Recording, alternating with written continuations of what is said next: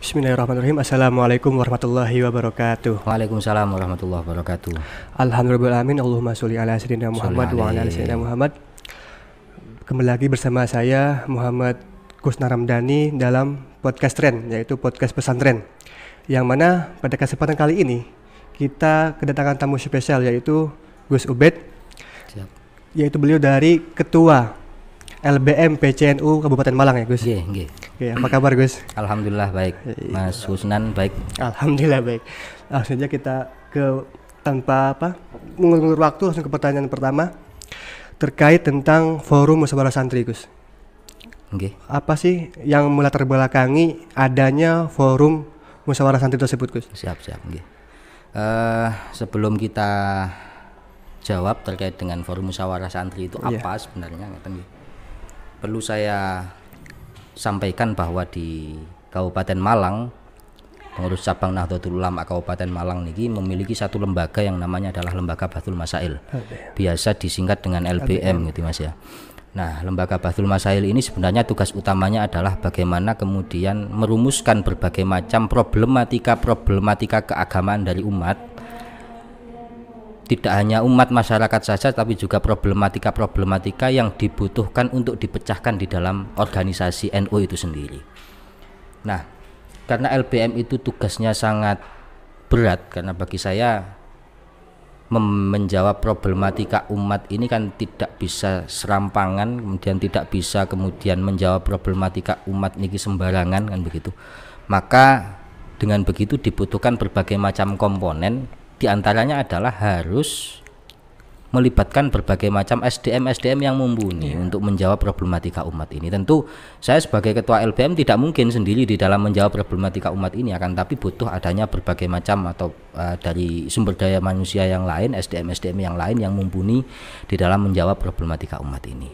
Nah, maka dari itu kemudian kami di pengurus LBM sendiri, pimpinan LBM, pimpinan cabang LBM Kabupaten Malang niki memiliki satu gagasan. Sebenarnya gagasan ini bukan gagasan yang kemudian tanpa sebab atau tanpa contoh, tidak. Bahwa gagasan kami itu adalah dalam rangka untuk menjawab problematika umat yang mana itu dibutuhkan SDM yang mumpuni, tentu kita harus mengkader SDM ini. Jangan sampai SDM ini mungkin saat ini kita bisa menjawab problematika umat, tapi 10 tahun ke depan kira-kira siapa yang kemudian meneruskan itu. Maka dari itu dalam rangka kaderisasi ini kami melihat potensi pondok pesantren di Kabupaten Malang yang sangat besar. Maka bagaimana kemudian santri-santri pondok pesantren yang ada di Kabupaten Malang ini betul-betul bisa dan mampu menjadi calon-calon penerus daripada orang-orang yang nantinya akan didapuk untuk mampu menjawab problem-problem yang ada di masyarakat itu. Makanya kemudian dengan ada contoh di Malang Selatan itu ada imam Ikatan Musyawarah Antar Ma'had. Di sana imam itu membahas kitab yang namanya Fathul Qorib. Fathul Qorib ini adalah kitab yang biasanya di pesantren ini kitab fikih yang dasar ini adalah Fathul Qorib. Sebelum kemudian Fathul Qorib selesai ada Fathul Mu'in, kemudian ada Fathul Wahab kan. Maka dengan adanya contoh imam ini di Kawedanan Tumpang niki kemudian kami berharap juga bisa melaksanakan hal yang sama, bagaimana pondok pesantren Kawedanan Tumpang ini pun juga ikut bermusyawarah terkait dengan Fathul Qorib ini. Nah, tujuannya itu tadi, latar belakangnya dalam rangka untuk kaderisasi, mencetak SDM yang pada akhirnya kemudian mumpuni untuk menjaga khazanah kitab kuning itu tadi. Berarti sejauh ini cuma yang telah di Malang Selatan tuh imam sama baru yang ada di sini di Kawedanan Tumpang. Kawedanan Tumpang ini ya, nggih. Niki untuk sementara ini masih dua itu yang kemudian bisa berjalan, nggih. Mungkin baik itu tadi latar belakang kenapa adanya Forum Musyawarah Santri. Selanjutnya yaitu Gus, prospek kedepannya dari forum ini Gus? Prospeknya. Tentu begini. Kalau kita berbicara prospek ataupun tujuan ataupun hasil ke depan atau gambaran ke depan terkait dengan ini bagaimana dengan adanya kaderisasi yang modelnya seperti ini, sebenarnya kan begini. memahami sebuah literasi atau dunia literasi itu sendiri gitu ya. Dunia literasi itu sendiri kan ada berbagai macam metode. Ada kalanya metode ini satu arah. Nah, seperti halnya kita belajar kemudian membaca buku sendiri tanpa ditemani dengan teman-teman yang lain, namanya adalah metode searah kan begitu. Ada lagi pelajari itu adalah dengan metode diskusi. Tentu kedua metode ini bukan kemudian metode yang bisa dijalankan masing-masing, tapi ketika digabungkan menjadi satu metode, ini adalah menjadi metode yang baik, menjadi metode yang bagus. Karena apa? Karena orang itu akan semakin terasah keilmuannya ketika berdiskusi dengan yang lain. Makanya ketika kemudian kita ingin mempelajari salah satu khazanah keilmuan, semisal kitab Fathul Qorib, mungkin kita awali dengan bagaimana kita memahami sendiri Fathul Qorib itu. Baru kemudian kita sharingkan dengan teman-teman yang lain. Apakah memang betul-betul pemahaman kita ini adalah pemahaman yang betul, atau pemahaman kita ini malah justru pemahaman yang salah. Lah ini yang perlu untuk kita pahami, bahwa dengan musyawarah inilah akan muncul adanya pemahaman yang benar. Jalan keluarnya bisa ketemu, kemudian solusi juga bisa ketemu dan lain sebagainya. Mungkin saya memiliki pemahaman yang kurang tepat, akhirnya bisa diingatkan oleh teman-teman yang lain dan lain sebagainya. Ini adalah metode diskusi. Maka dengan metode seperti ini harapannya prospek ke depan bagaimana SDM ini mulai bermunculan di Kabupaten Malang, SDM yang mumpuni di dalam khazanah kitab kuning ini. Ada satu makalah menarik dari berbagai macam ulama, termasuk di dalam Nahdlatul Ulama itu sendiri. Motonya adalah al-muhafadzah 'alal qadimi sholih wal akhdhu bil jadidil aslah. Potensi pondok pesantren di Kabupaten Malang ini besar. Kenapa saya katakan begitu? Karena banyak pondok pesantren, mulai dari yang kecil sampai yang besar. Ini banyak sekali, dan kreativitas daripada pesantren juga luar biasa di Kabupaten Malang ini. Akan tapi satu hal yang perlu saya tekankan, bahwa inti daripada pondok pesantren itu adalah bagaimana mencetak kader-kader yang mumpuni untuk menjaga akidah Ahlussunnah wal Jamaah, kan begitu. Maka di pondok pesantren boleh maju, pondok pesantren boleh menjadi pondok pesantren yang kemudian modern, yang di sana belajar terkait ilmu ekonomi, semisal gitu ya, ilmu teknologi dan lain sebagainya, boleh. Akan tetapi tidak boleh lupa bahwa intinya adalah menjaga akidah Ahlussunnah wal Jamaah itu sendiri. Maka ekonomi, teknologi dan lain sebagainya ini adalah menjadi penopang daripada pergerakan kita dalam menjaga Ahlussunnah wal Jamaah ini. Ini yang dinamakan al-muhafadzah 'alal qadimi sholih wal akhdhu bil jadidil aslah. Khazanah kepesantrenan, literasi kitab kuning niki adalah dalam rangka untuk al-muhafadzah 'alal qadimi sholihnya harus tetap kita jaga, begitu ya. Dilestarikan harus tetap kita lestarikan. Nah, kemudian akhdhu bil jadidil aslahnya bidang-bidang lain kemudian kita masukkan ke pesantren itu.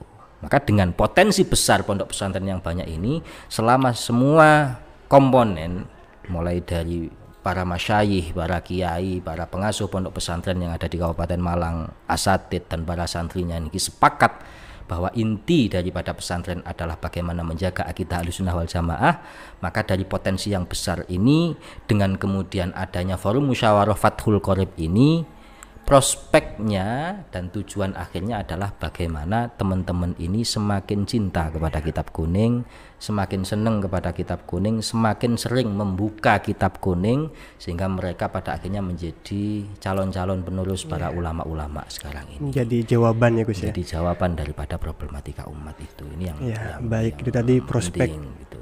Dari forum santri. Selanjutnya pesan Gus ya, pesan dan harapan kedepannya buat forum musyawarah santri ini Gus. Siap. Untuk kalau pesan saya kepada bolo-bolo santri yang kemudian sudah tergabung, kami berharap bagaimana teman-teman santri yang sudah tergabung di dalam forum musyawarah Fathul Qorib ini, mari kita memiliki cita-cita yang tinggi, semangat yang tinggi di dalam mempelajari kitab kuning ini.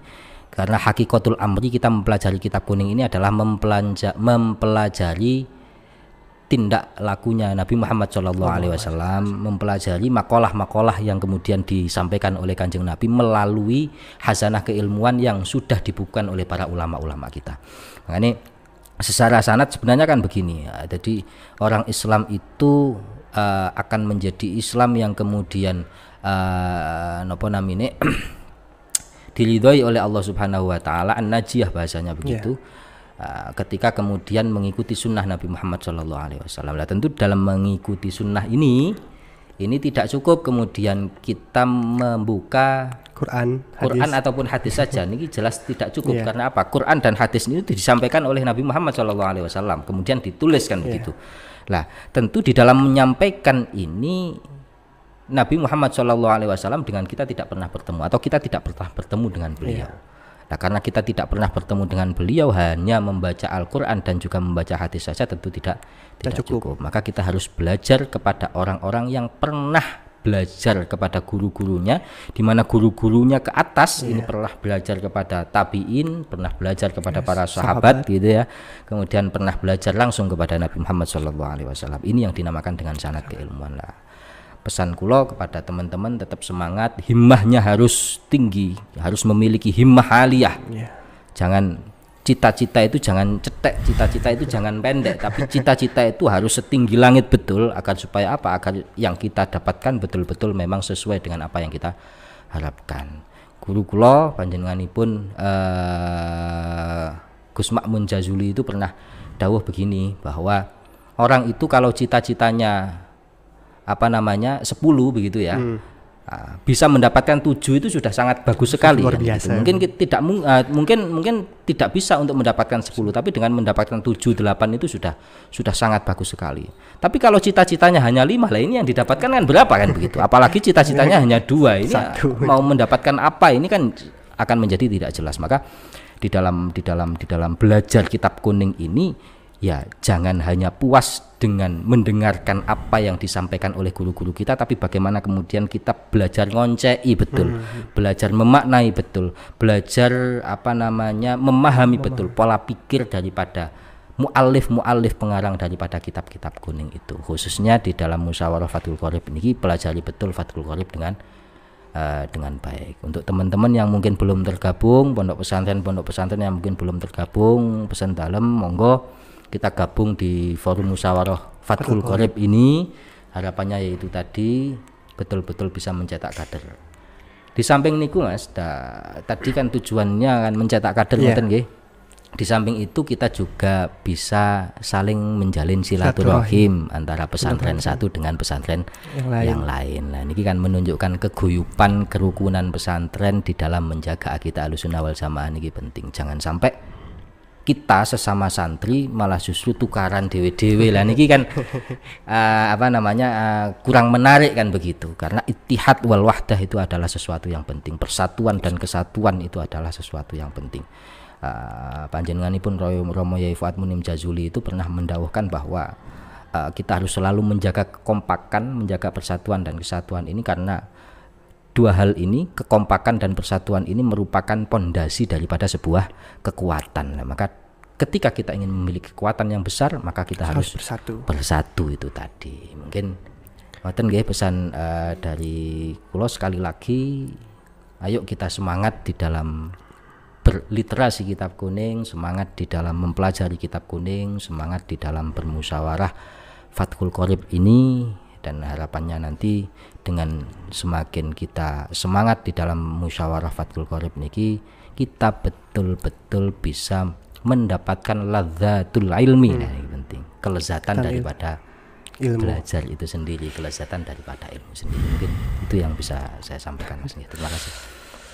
Baik teman-teman semua, itu tadi penjelasan dari Gus Ubed terkait tentang forum musyawarah santri, forum musyawarah Fathul Qorib ya Gus ya. Yang mana beliau telah menjelaskan latar belakang adanya forum ini, itu juga prospek kedepannya, tujuannya, itu juga pesan dari beliau untuk santri-santri itu banyak sekali, sehingga saya tidak bisa untuk untuk menjimpulkan satu persatu.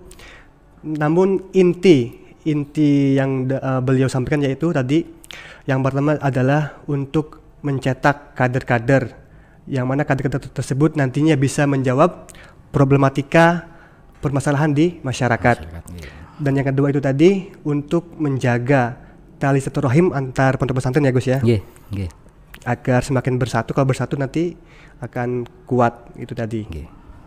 Mungkin cukup sekian podcast kita pada kali ini. Terima kasih Gus. Sampun Sama-sama. rawuh. Nggih.